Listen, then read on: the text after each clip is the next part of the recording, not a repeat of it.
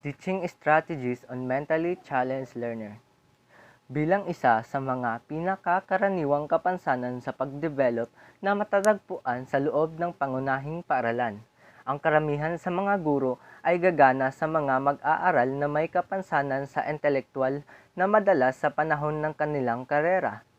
Tulad ng isang napakalawak ng payong, maraming iba't ibang mga kahulugan at antas ng kahirapan para sa mga mag-aaral na may intellectual disability na ginagawang mas mahalaga upang magbigay ng mahusay na mga diskarte at isang angkop na kapaligiran sa pag-aaral para sa mga bata na nangangailangan ng labis na tulong. Ngayon, tatalakayin natin ang 5 methods to help a student with an intellectual disability.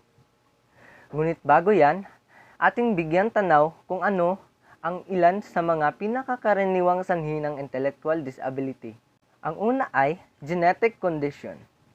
Pinakakaraniwang sanhi ng mga abnormal na gene na minana mula sa magulang o bilang isang resulta ng mga pagkakamali sa pagsasama ng mga gene sa panahon ng pagdevelop. Ang mga may intellectual disability sa ilalim ng kategoryang ito ay maaaring magsama ng Down syndrome, pati na rin ang PQ o Fragile X syndrome. Pangalawa, gestational problem, a result of the baby not developing properly inside the mother. Maraming mga sanhi para sa intellectual disability bilang isang resulta ng mga problema sa panahon ng pagbubuntis. Ang pag-inom ng alak sa panahon ng pagbubuntis o pagkakaroon ng malubhang infeksyon ay maaaring maging sanhi nito. Pangatlo, birth problems. Sa matagal o mahirap na pagsilang, where the baby may not be getting enough oxygen, the chance of the child having an intellectual disability is greatly increased. Pang-apat, health issues. Iba't ibang mga kakaibang sakit at alalahanin sa kalusugan ay maaaring humantong sa mga kapansanan sa intelektual, such as the measles or whooping cough, malnutrition, poisoning or lack of access to prompt medical care can also result in intellectual disability due to ill health. Dumako tayo sa teaching student with intellectual disability. Pagdating sa pag-alok sa mga mag-aaral na may intellectual disability, ang isang kasiyasiyang angkop at produktibong kapaligiran sa pag-aaral, mahalagang isalang-alang ang mga tirahan at kinakailangan maaaring gawin ng mga bata.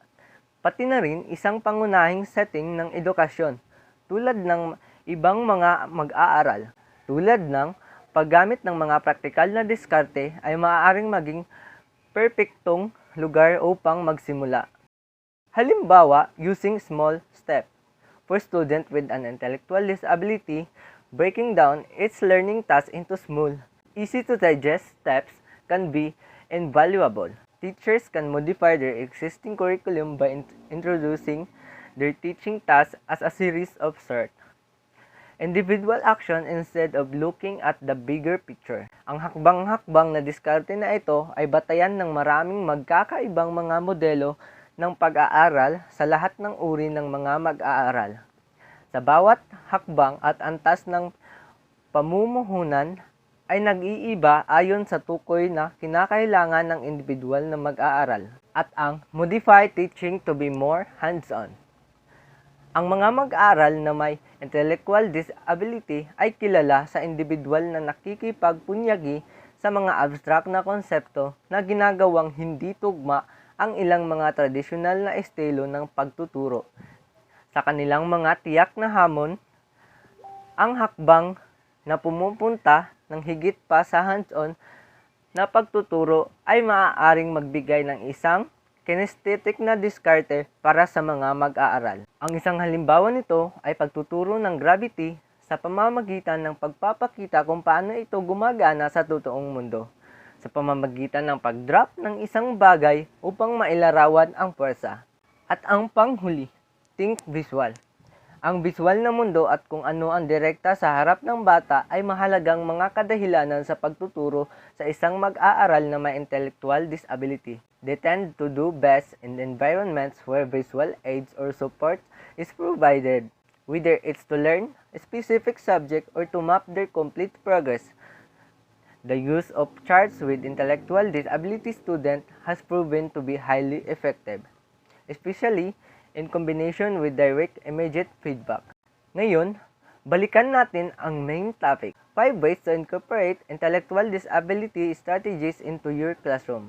Habang maraming mga pangkahalatang diskarte at mungkahi na nakapalibot para sa mga may intellectual disability sa silid-aralan, ang pagpapatupad ng mga pagkakataong iyon at isama ang mga ito sa iyong kurikulum ay isang kakaibang hamon sa kabuuhan. Ngunit sa mga pangunahing pag-aaral o paaralan, mahalaga na mabalanse sa pagitan ng pag-alok ng suporta ng iyong mag-aaral at pagbibigay ng maayos na karanasan sa pagtuturo. Halimbawa, use baby step. Start by breaking each lesson down into simplest. Pinakamahalagang bahagi, ang mga hakbang na ito ay maaaring ibigay sa mga mag-aaral ng intellectual disability kasabay ng pagtuturo ng isang mas malawak na klase upang matiyak na makasabay sila at makabuo ng pare-parehong pag-unawa sa kanilang mga kapantay. Upang mabawasan ang pagkabigo at hikayatin ang pakikilahok, ang pamamaraang ito ay lubos na epektibo. Number 2, incorporate more physical learning experience. Whether it's using physical items to support learning in science or math, or simply offering a direct way for students to connect their learning to the real world. Ang pamamaraang ito ay maaring maging napakahalaga para sa lahat ng iyong mag-aaral upang matulungan silang paunlarin ang kanilang kaalaman sa isang maayos na paraan. Number 3, start a feedback book or chart. Ang mga mag-aaral na may intellectual disability ay maaaring makinabang ng malaki mula sa agarang at pare-parehong feedback. Using a feedback book or chart can create a record of that feedback, allowing the student to look back and see their development in black and white. Number 4, encourage music in the class. Music can be a vital part of learning and development for any student. But for those with intellectual disability, it can be especially powerful motivator. Ang paggamit ng musika sa tabi ng konsepto o aralin ay makakatulong sa kanila na mapanatili ang impormasyon at mag-alok ng higit na pakikipag-ugnayan ng paksang nasa kamay. Number 5, provide visual stimulus.